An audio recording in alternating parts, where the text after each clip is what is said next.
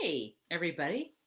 Good morning. This is Reverend Rebecca Simon Peter with Spiritual Mojo. It's that time of the week and of the day. Spiritual Mojo, 15 minutes to uphold your spirit, uplift your consciousness, and up level your faith. And Lord knows we need that this week. I'm also the author of the book Dream Like Jesus, and a real new fan of Facebook Live. I don't think I ever really thought I'd say that, but I'm enjoying coming to you each week and sharing with you these ideas. And this morning, I want to talk with you about something really near and dear to our heart, which is how to survive and thrive in 2021. You may have been looking at the news. In fact, you may be so much gawking at the news that it's hard to do anything else and feel your spirit coming down, feel worried. What's going to happen with the inauguration? What's going to happen afterwards? Is this going to be a country I can live in? What about my friends that are of different political persuasions? Where does my faith fit into all of this? Where is God? What is happening? Well, that's what we're going to talk about, how to survive and thrive in 2021.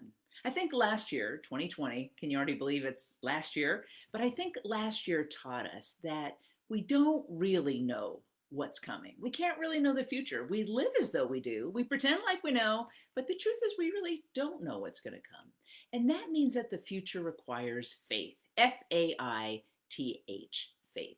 So I like the biblical definition of faith. And I want to remind you, in case you knew it once, but forgot or never knew this, it's really quite beautiful. And it honestly took me years to understand what it meant. But it's this: faith is the assurance of things hoped for and the conviction or the evidence of things not seen. Faith is the assurance of things hoped for and the conviction or the evidence of things not seen. It's really powerful because what it says is that faith exists in the heart, it exists in the gut, it exists in the spirit. That's where the assurance and the conviction is. It's not necessarily in the circumstances of the world around you. But we have to keep the faith by holding alive within ourselves the vision, the purpose, the pathway, the end result that we're after, the world that we choose to live in. Now, I'm not talking about alternate realities like just switch out everything that's going on, don't pay attention. I'm not talking about denial. I'm talking about holding on to a higher consciousness and a higher reality than what is reflected in the changing circumstances around you or the news flashes. I'm talking about hanging on to a deeper awareness, a deeper reality that comes from within, that can in fact be manifested from without. So, what is faith but really putting one foot in front of the other, not necessarily knowing how or when things are going to turn out, but trusting that you're with God, trusting that God is with you, and trusting that somehow everything will be okay. But it's even more than that. It's having an assurance of things not yet seen, things that are hoped for, and a deep inner conviction. So it's grounded in the spirit, it's grounded in a deep spiritual knowing in the heart that then translates to the head, which then reverberates back down to the heart, like a very positive feedback loop of staying connected, committed, and grounded in the spiritual life. That allows us to respond to the world around us with grace, with clarity, with equanimity, and with wisdom. Very, very important to do. So, what I want to do today is share with you a 5-step process for this, okay? I call it a 5-step process for weathering storms, building your faith, and living your purpose in 2021. So before we get that much farther though, in the chat window, please put where you are today, where are you logging in from, where are you located physically in the world today. I'd love to know. I can't always look while I'm recording, but I look afterwards and respond. So please put that in. It'll be fun to see you and to know that you were here. So here's the truth, folks. We're not going back to normal because there is a new normal. It's emerging. There's a new future. We're always living into this new future. And as we go into the new future, here's step number 1. And that's to really develop your resilience. Resilience. Your emotional resilience, your spiritual resilience, your physical resilience, your mental resilience. That means when we have resilience, it means we're not reactive, okay? A lot of times news is designed to provoke.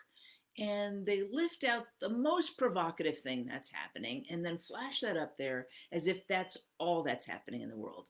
That creates a whole set of reactivity in the world going on, especially if the news is bad, unwanted, shocking, disturbing, violent. And so then there's a lot of reactivity can actually be measured in the energy fields of the planet.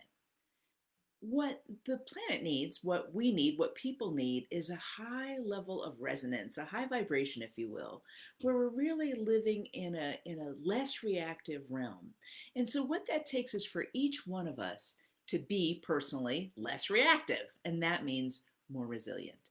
So I want to encourage you to build your resilience.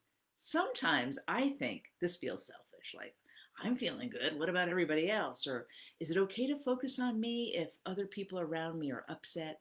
The answer is yes. It's kind of like that airplane thing, when the bag comes down, you got to put it on your face first before you turn around and help people around you.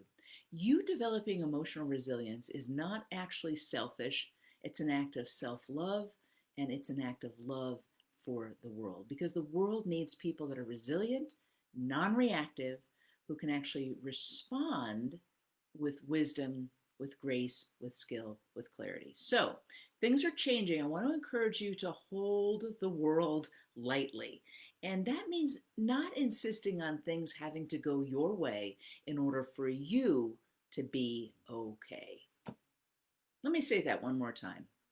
When we hold the world lightly, or the things of the world lightly, it means everything doesn't have to go your way in order for you to be okay. What I want for you, what God wants for you, for all of us, is for us to be okay deep within, no matter what the changing circumstances are around us. Because the world is always changing. God is unchanging in the sense that God is, you could say God is the ultimate resilience, right? That ultimate steadiness within us, that ultimate assurance and comfort and conviction. And when we can tune into that deep within ourselves, we too gain resilience. That's step number one for surviving and thriving in 2021. In the chat window, what do you wish you could hold a little more lightly? What do you think you need to let go of or have a softer grip with? Be interesting to see. Weather for me is one of those things, but two, politics and um, people believing the same way that I believe. I like it when everybody's lined up with the way I look at things and the way I look at the world. I want that. I'll just tell you the truth. But that's not the way it is. And so resilience also leads us to be able to engage people who look at the world differently, believe differently, think differently, have different experiences. To be able to hold the world lightly means to be able to interact with them with grace, clarity, ease, wisdom, all that stuff that we're talking about. So holding the world lightly is so important for resilience, for equanimity, and for peace of mind. Now, step number two. I want you to expand your capacity to absorb change. Expand your capacity to absorb change. We're living in times when the world is changing faster and faster, more and more. And in order to survive without blowing a circuit, literally, metaphorically, spiritually, physically, emotionally, we've got to be able to expand our capacity to absorb change. Many people swear by meditation, having quiet moments in the morning or during the day or in the evening of just watching their breath, counting their breath, being with the breath, being with God, being with the movement in and out helps them to expand their capacity. I'm not a big meditator. I probably shouldn't admit that online. I'm not a big meditator, but there are other things that I do that expand my capacity to absorb change. One of those is talking things through with friends, praying, journaling, getting all my thoughts out on paper or in a space, so that they're not running around in my head anymore. And I can actually look at it, I can surrender it, I can turn it over to God. Having a God box is a great way to do that. Do you know what that is? That's where you write stuff out that you're concerned about. You have a box or a basket or a bag or whatever, stick it in there. And then, like, God, here, you take it. That's a lovely way to get rid of things. And then in a month, a year, 3 years, you can look in your God box and think one by one, oh yeah, you handled that, God. Thank you. You handled that. This thing went away. That thing solved itself. Oh, I changed my mind about this. That's really fun later to look in the God box and see how things got handled. One of the ways that I really like to expand my capacity to absorb change is by using a version of the Serenity Prayer. I don't know if I made this up or a friend of mine did, but I love it. So here's how it goes. It goes, Dear God, we thank you that we have experienced serenity, that we have easily accepted the things we cannot change, that we have courageously changed the things we can, and that we have been wise enough to know the difference. Thank you, thank you, thank you. That's the Serenity Prayer in reverse. Instead of praying, you thank God that you already have this. And it's a lovely way to actually realize, oh, yeah, I have had the courage to change things. I have had the wisdom to know the difference. I have had the serenity to accept what I can't change. That's a lovely way. And it's in the we form because it's really nice to pray it with somebody else or to pray it on behalf of the world. I think about Job in the Bible and how he prayed on behalf of his kids. So you can pray on behalf of people and accept the goodness of the Serenity Prayer. So that's the next thing is expanding your capacity to absorb change. Now, the third thing is to make sure you've got support systems in place, okay? 2021, if it's taught us anything so far, it's that we don't know what's going to happen. You got to have people. You got to have people you can laugh with, you can cry with, you can lament with, you can be yourself with. You got to have support. Do you have a support system?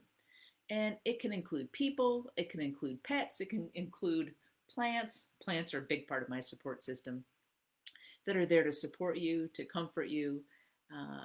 Because, let's just tell the truth, people, we cannot depend upon comfort food forever. We'll never fit back into our clothes.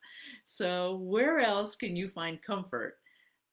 Pets, people, plants, etc. Expand, establish your support system. All of that builds your resilience. Okay, now, number 4. Well, in the chat or in the comments, why don't you tell us who's in your support system? You can even put a picture of your favorite dog, your favorite begonia, your favorite person. Who's in your support system and what really empowers you to be resilient, to thrive in tough times? Now, number 4. Okay, well, let's just pause. What have we done so far? You're developing your resilience, you're expanding your capacity to absorb change, you are establishing support systems and feeding into them. Number 4, all of that allows you to, number 4, cultivate your purpose.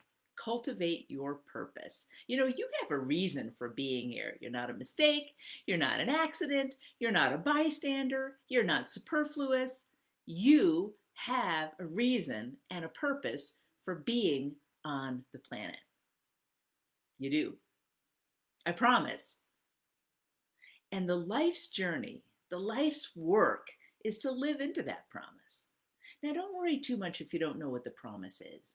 Do the things that bring you joy and that bring joy to the people around you while forwarding things, okay? Now, I'm not just talking about sitting and watching TV bonbons because, you have a temporary feeling of satisfaction. That's addiction, okay? That's a whole other matter. I'm talking about things that actually forward relationships that contribute to the people around you. Sometimes it's a very, very natural role. You may be a mom. You may be a dad. You may be a pet owner. I don't know. But sometimes it's these very simple, natural roles that we're actually living into our purpose.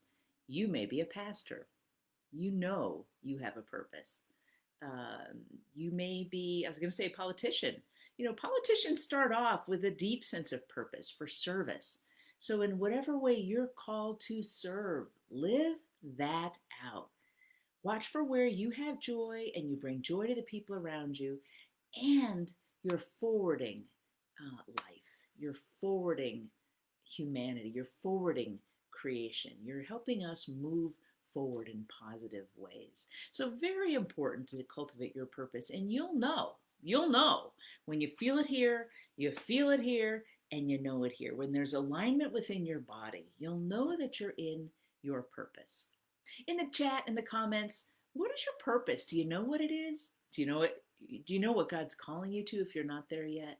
This is your year to really cultivate your purpose. Why? Because you're building your resilience, you're expanding your capacity for change, you're establishing your support systems, you're ready to cultivate your purpose. Now, if you've been cultivating your purpose, but you've been doing it in isolation without support, rigid and hard, without resilience, go back to steps 1, 2, and 3.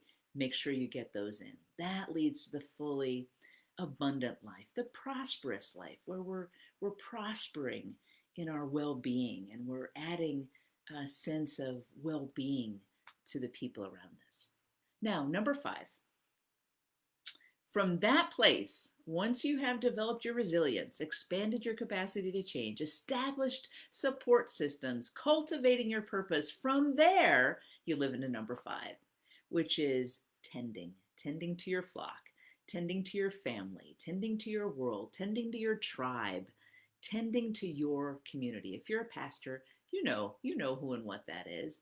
If you're a person in service in your community, you know who that is. If you're a waitress or a waiter, you know who's at your table, where the takeout goes, okay?